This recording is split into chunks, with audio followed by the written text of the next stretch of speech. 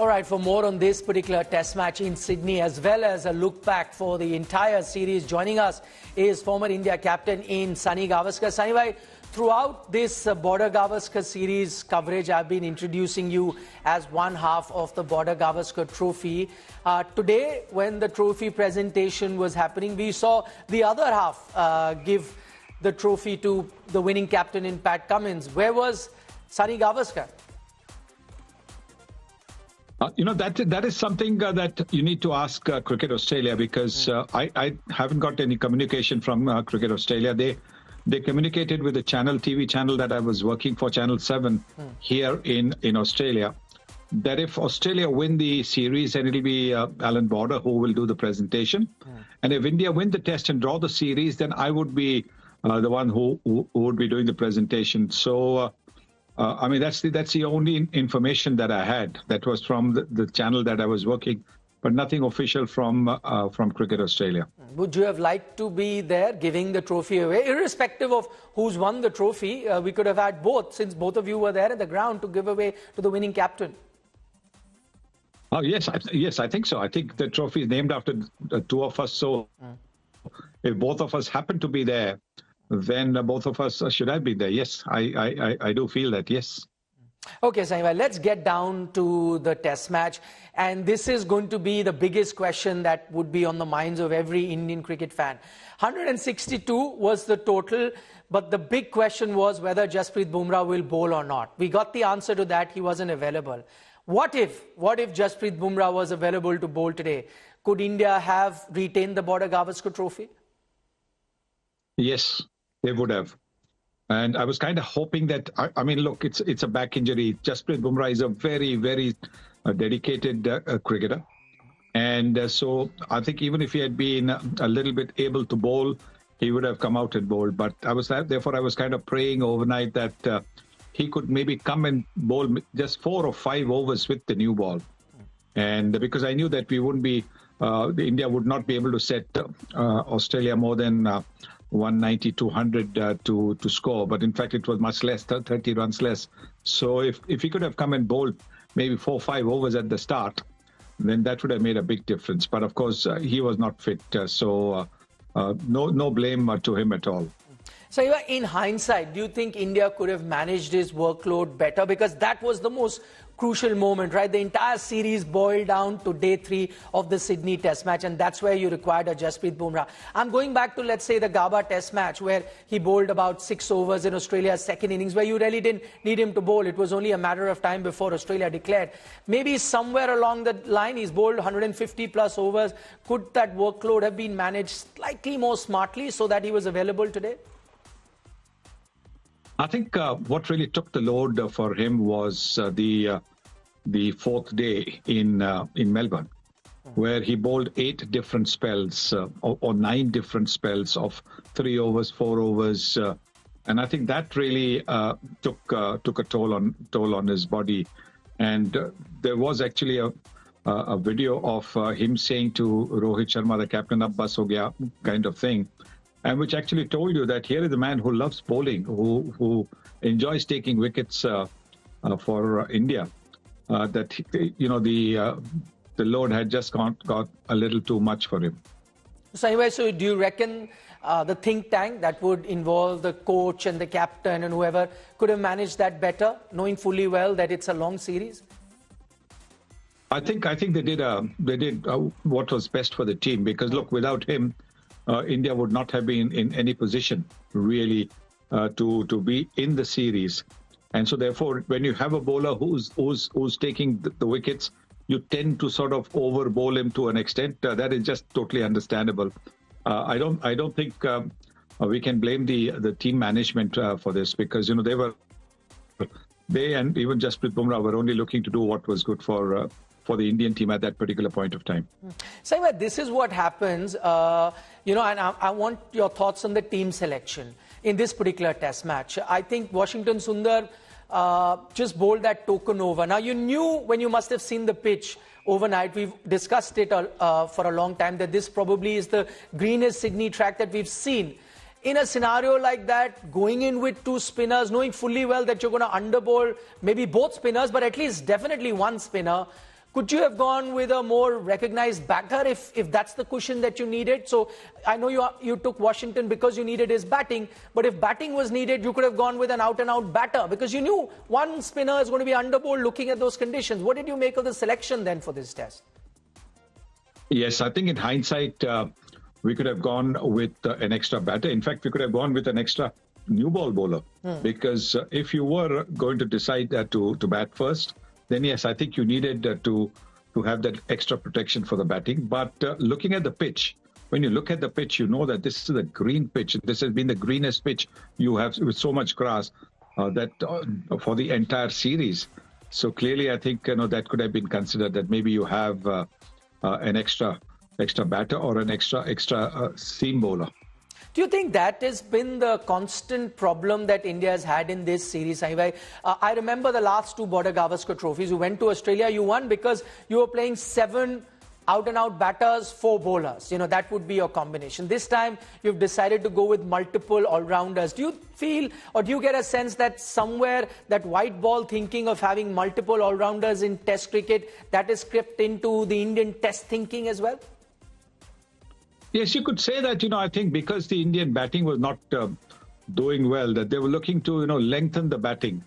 But in trying to do that, they got into a situation where you were actually not able to get the balance of your team quite right. Because you had a Washington Sundar batting at 8. Now, at number 8, with 9, 10, 11 not being, good batters, at 8 he wasn't going to be able to do much. At 8 you cannot expect a batter to score 50 or 100, which he did. 50. He got a 50 in the first innings at Melbourne.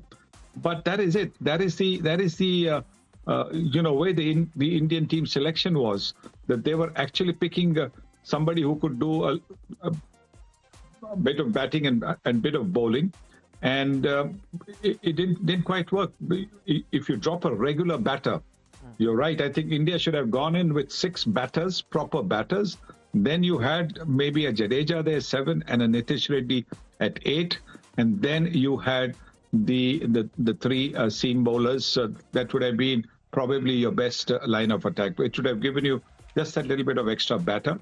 And Jadeja could have bowled the spin. And Nitish Reddy could have been, as he was, your 4th seam bowler. So you had 5 bowling options anyway. I know a lot of things we're looking at is in hindsight, and that's what tends to happen at the end of the series. Looking at how Prasidh Krishna has bowled in this test match, should he have been your 3rd choice fast bowler ahead of Harshit Rana, Akashdeep? Because Harshit was again a greenhorn in Test cricket. You were just trying him. Nothing wrong that he's done. But Prasidh had played Test cricket. You knew that you had a Bumrah, you had a Siraj, of course, 1 and 2 in that pecking order. Harshit, I beg your pardon, Prasidh could have been that 3rd to begin the series with? Yeah, he could have been. And this is where all these practice matches come into play. Practice matches where you get to see which bowler is in rhythm, which bowler is bowling well. You don't have these practice matches. You just have these little 2-hour, 3-hour practice sessions. You're never going to be able to get the balance. And what happens also is that if you want to make a change when it comes to the 4th and 5th test match, then the guys you want to maybe bring in, they're short of match practice. They haven't played any matches. And so then to pick them up, you're thinking, oh, but they haven't played anything. And so what happens is the whole selection becomes, pretty much a situation where you say, okay, these guys have not done well, but we'll continue with them because they're at least playing. There's no point taking 2 newcomers. You pick Prasidh Krishna because Akashdeep was injured, and also because I think Harshit Rana was not 100% fit. If Harshit Rana had been 100% fit, then I think he would have played ahead of Prasidh Krishna. So anyway, looking at the macro picture, it's been a humbling few months for Indian Test team. Loss at home to New Zealand, and now, giving away the Border-Gavaskar Trophy, something that you held for almost a decade, more than a decade, in fact. Where do you see Indian Test cricket go from here on? Well, look, I think India has enough depth of talent. There's no question about it. The kind of talent that we have, what you call our bench strength. We have a very good bench strength, but that bench strength needs to be given the opportunities as well. And because there are no matches that are being played between these test matches, you're never going to be able to see how the bench strength is doing. Also, what these practice matches do is those out of form, whether as a batter or a bowler, they can get and play these matches and get some rhythm back. Like I said before, I think earlier on our program, when the Indian team reached Australia, and until the 7th, which was supposed to be the last day of the series, they were going to be in Australia for 57 days. Out of 57 days, there were 5 test matches of 5 days, which was 25 days, and then there was a 2-day game with the Australian Prime Minister's 11. So out of 57 days, they were going to play cricket for 27 days, and for 30 days they were not going to play cricket. Now that to me, that those 30 days, okay, there is one travel day, so you're looking at 6 travel days. So from 30 days, take out those 6 travel days. Out of 24 days, are you trying to say to me that you could not arrange 2 matches somewhere of 3 days, and irrespective of the quality of the opposition, it's just the rhythm factor, getting into the flow factor for the bowlers, for the batters, for those who are in the reserves, who get the opportunity, those who are out of form, who get the opportunity to get back into form. These are things that hopefully will be considered now that you've got the experience for the tour of England, which again is going to be a 5-test match series. It's going to be a very short, quick trip. That's the nature of international tours nowadays. But hopefully this will be taken into account for those in-between days, and some matches organized. Saiba, you talk about some practice games. Of course, there was those India A games before the series started, but unfortunately, the 2 standout performers there, one was Jurel, who only got 1 test match. The other was Prasidh Krishna, who only got only 1 test match right at the end. So even when there were some games and the performers, they really didn't get a long run. Because you talk about them practicing or playing a bit more game. The other question that comes to your mind is also this aversion to playing domestic cricket. Today, Gautam Gambhir, the coach, was asked about domestic cricket, and he said, listen, I include everyone, stalwarts, big player, anyone, everyone should be playing domestic cricket regularly. But Saibai, this is something that we've heard for the last few months, but not everyone is playing domestic cricket. Is it easier said than done then? Is it lip service? Well, we'll find out. We'll find out whether this is lip service. We'll find out soon, because there is some domestic cricket happening in the next 15 days, and we will find out what is happening, whether what the coach wants and what the players want to do, because there are some players who are taking their places for granted, and they think that whatever happens, that they will not be dropped from the team or whatever. So I think let us see what happens now when the coach has said that he expects all these players to play. Let's see. Okay, Saibai, 2 players I'm going to talk to you in particular. We've spoken about Virat and Rohit a lot during our coverage. I'm going to focus on, let's say, someone like a KL Rahul. He started off the series very well, but then has tapered off. He ends the series at an average of 30, which is below his career average. Now, this was an opportunity for him to cement his spot, because he had been in and out of the team. Now, at the end of the series, what do you think? Has he done more harm to his test prospects going forward, or has he done any good to it? I think it is probably in Rahul's case, because he just sort of tapered off in the last couple of test matches. You could say that he hasn't moved back, neither has he taken any step forward. I thought the way he played in the first 3 test matches, this was going to be somewhere where he will be able to consolidate his place in the team. What about Shubman Gill? Yes, Shubman Gill had a terrific opportunities, but in this game, both the times, his temperament was called into question. And here is a man who's had loads of opportunities. He's also had an injury, so he didn't play the first test match. But we talk about Rahul, but we also must ask questions of so many others. Yeah, it's a valid point. In fact, Saimbai, that was going to be the next player I was going to discuss.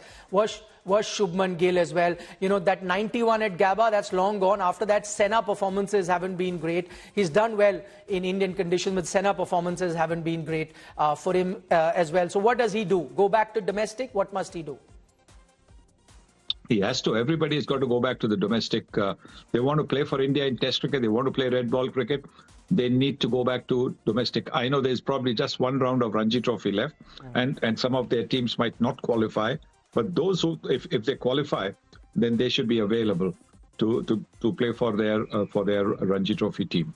Okay, Saima, finally, before we let you go, there is also a school of thought, and I discussed it earlier, that Gautam Gambhir, the coach's tenure hasn't been great. You lost that ODI series in Sri Lanka, then the loss to New Zealand at home, and now this Border-Gavaskar Trophy.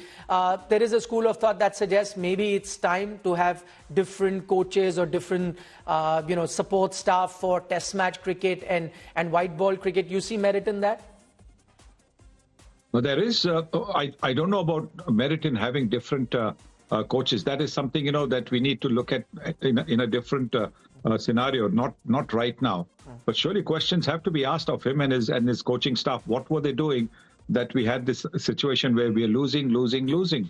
Because we have lost when we should not have in India against New Zealand. The batting over there was pretty ordinary. The batting over here has been pretty ordinary.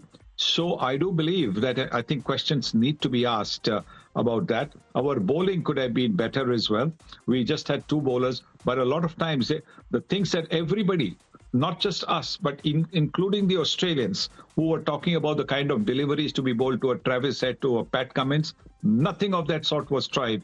So therefore, you've got to ask the bowling coach for what was happening. And if the bowling coach said that he had also told the bowlers to do this and the bowlers didn't do that, then you need to question the bowlers. Why the short stuff was not tried against Head? Why the short stuff was not tried against Pat Cummins? There are so many questions that can be asked. And I think these next 8-10 days which are there, I think Indian cricket needs to take a good, honest look at itself. Most importantly, the star culture has to go. And I do believe that you have to give a complete, total commitment to Indian cricket. You have a choice. You must be available for Indian cricket every single time. Unless there's a complete medical emergency, you have to be available. It's your call.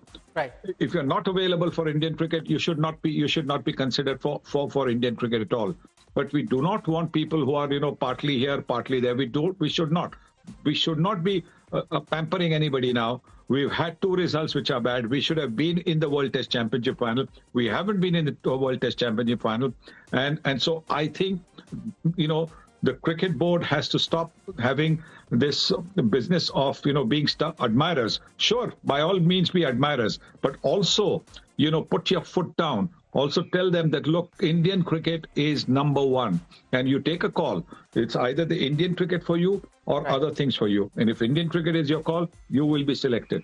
All right, you couldn't have summed it up any better. Sunil Gavaskar, as candid as ever. Thank you so much, Saivai, for joining us.